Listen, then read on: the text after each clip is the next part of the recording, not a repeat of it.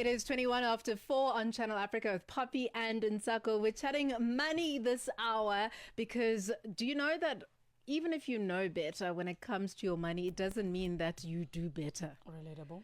Right? This is the truth. We pretend like we know, but the truth is when it comes to us and our money, action-wise, it is not always the story. Joined this afternoon by a legend in the game, if I can call him that, one of my favorite people on radio, Dr. Frank Magwegwe. Welcome to the Upside. Good afternoon. Happy Women's Month. So Thank glad you. to have this conversation with you. Dr. Frank Magwegwe, you've been in this industry for years. You're a senior lecturer at Gibbs Business School. And that's you're why making me feel so old. No, because I grew up listening to you and I'm in such awe of your work. So we're having the conversation with the right person because I've heard you speak about money for eons. But tell us why lifestyle creep and inflation keeps people trapped despite salary increases. So we were just saying that even though we know better, sometimes when our salaries hit our bank accounts, it's a different story completely. Yeah, I like the way you framed it, right? To say, I think the first thing for us to acknowledge is that all of us as human beings, we've got a knowing doing gap. So when it comes to finances, knowing and doing are very separate things. Sure. And so the starting point is really to try to ensure that you implement what you know. So let's come to example when we talk about lifestyle inflation, right? So often people say, when I earn more money, then they complete the sentence, right? I will start saving or putting money more for retirement as an example, or building for emergency savings. But often, because us as human beings, we tend to want gratification today, right? It's very difficult for us to think retirement maybe 10, 15 or 20 years away. So one of the things that challenges us on a regular basis as human beings is we know we must put money aside. We know we must check our credit scores. We know we must check our expenses as an example. But there are things that are wanting more of our attention today. The new phone, the sneakers as an example, any new gadget. And so we always end up adjusting our lives to the new salary. That's what you mean by lifestyle inflation. Is we don't stop and say, okay, let's say you're fortunate enough to get a 10% increase, and then you say, okay, let me spend half on myself and put half away. It's so difficult to do. So we find over time, we earn more, our lifestyle increases. We want to shop at different places. We want to travel to different places. We want to dress differently. We want a new gadget. And so we really don't make progress with our finances because of that. So let's talk about how our childhood habits and childhood, not necessarily traumas, but just the way we were raised, how does that impact what we're meant to be doing with our finances? Because I think about, for example, some of us, we grew up where certain foods were not allowed in the house because, hey, this was expensive, it was a luxury. But now when we grow up, we want to make sure we have a surplus of that food or a surplus of that particular item because now we can afford it. You know, how does the childhood element impact our spending habits? Yo, that's one of my most favorite questions. I'm so glad you brought it up because many of us, we underestimate how growing up and our relationship with money as we grow up influence our financial behavior today. In fact, I can even claim, if you look at some of the work we do at Gibbs, researching how financial behavior and how financial personality right influences what we do. It's exactly what you are talking about.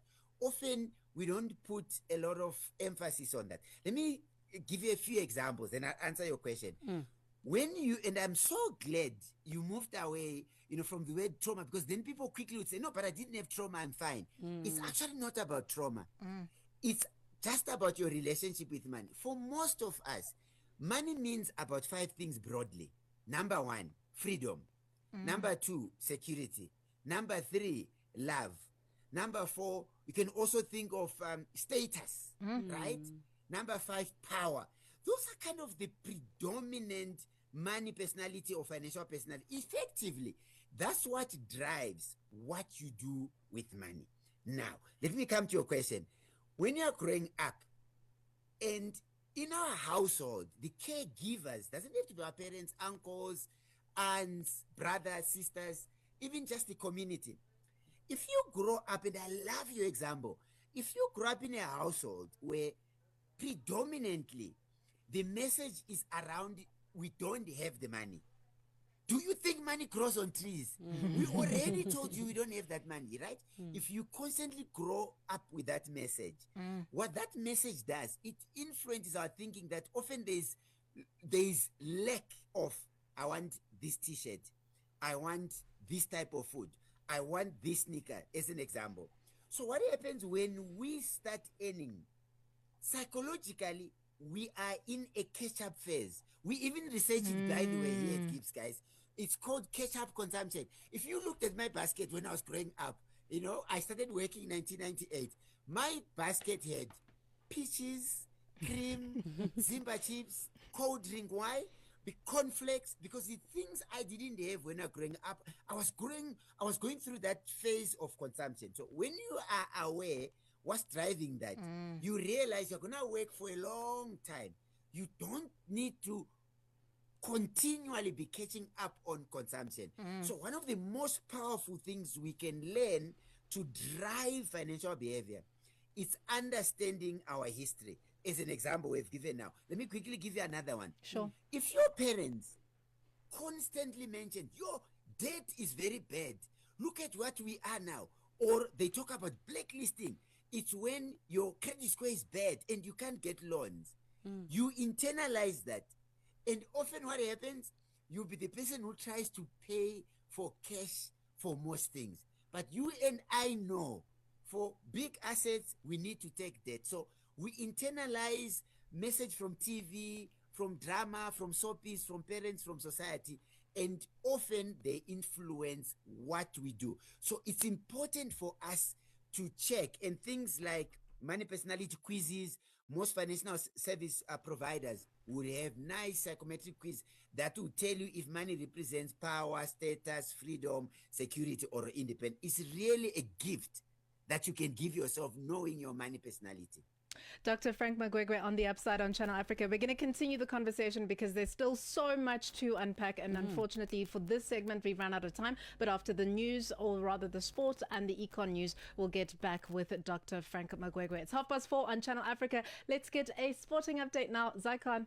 19 minutes to 5 p.m. right here on Channel Africa. We're continuing our conversation with Dr. Frank Magwegwe, the senior lecturer at Gibbs Business School in Johannesburg. And we're chatting about how knowing better doesn't necessarily mean we're always going to do better when it comes to our money. So welcome back to The Upside. Thank you for hanging on with us.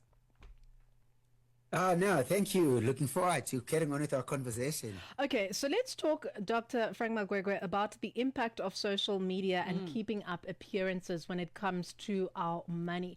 How much of that have you studied, or are you seeing coming into some of the research that you're doing with the work that you do? Yes, indeed. That's one of the things that has made managing money, looking after personal finances, more challenging over the last few years. I mean, human beings have always been interested in knowing, what is my neighbor doing? How should I, how do I compare? Almost like that sort of societal status. But the difference now is, in the past, you had to kind of think harder. Maybe you judge by a car, or you judge by how they are dressed. I mean, now there is just so much info online. And what we have seen, just given the work we do at Gibbs, like the impact sort of social media on personal finance, one of the clear trends we've seen over the last few years is that often people feel they are somewhat falling behind. They are not doing as well as people they were at school with, people they work with, as people post holiday pics, as people post cars, and just lifestyles in general. Okay. You find that the immediate emotions that come, it's either stress, anxiety, I'm not doing as well as I should. Of course, let's not forget envy. Let's not forget fear of missing out. Let's also, not forget shame. I have the same sort of job with this individual. How come they're doing better than me? And those emotions then drive the need to catch up, the need to be comparable to these other people we put as our benchmark. And so we see people going and getting loans. We see people not doing what they know they should do with their finances, putting some money aside for emergencies, and really running two lifestyles, the real one and the one for social media. And what we have seen as a consequence of that, it gives, is this, that often we want to have consistency in what we do as human beings, right? So often when you have this lifestyle that you are projecting, but it's funded by debt in many instances, often that also causes stress, right? And so we see, one, finance is not doing well because you are creating this image on social media platforms, and two, you also have this stress of, oh, can I really maintain this for a long period of time, or I'll be caught out, or I will not be able to repay debt. So it's really a double whammy in terms of general stress and financial stress. Is there a fine line between depriving yourself of nice things and discipline? I feel like we jump in between the two worlds quite often when we trying to establish whether this is something that I really want or is something I want to need. How do we draw a fine line between the two? What a lovely question. I think part of it, just because I'm a little bit older, right? I now put as one of the foundations we need in our relationship with money, the idea of self-compassion. What do I mean? I mean being kind to yourself, right? Talking to yourself as you would to a friend. So in other words, really being kind and say, I have worked hard. There's nothing wrong. If you think of me, I love baked cheesecake and cappuccino, right? So saying, Dr. Mek, it was a lovely teaching session. The students engaged well. There's nothing wrong with treating yourself to baked cheesecake and an Americano, right? Or I also love sneakers. I've been eyeing that pair of sneakers. Let me get that. I want to build on that to say, sometimes I also have been talking about finances for 2 decades.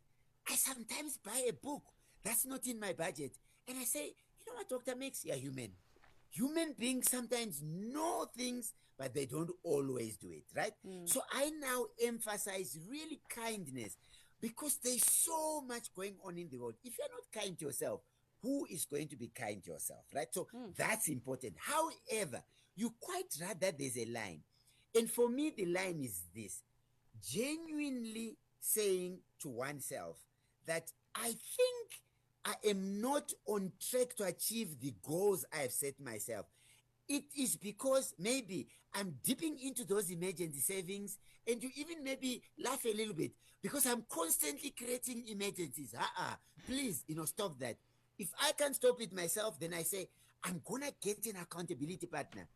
It could be a financial advisor, it could be a coach, for example, kind of someone who's going to hold you accountable to get to those goals. So we need a balance, but we must be honest to ourselves, and we need to pat ourselves on the back. So it is a fine line that needs us to have a date with our finances, where we constantly check how honest are we with moving toward those goals that we have set for ourselves.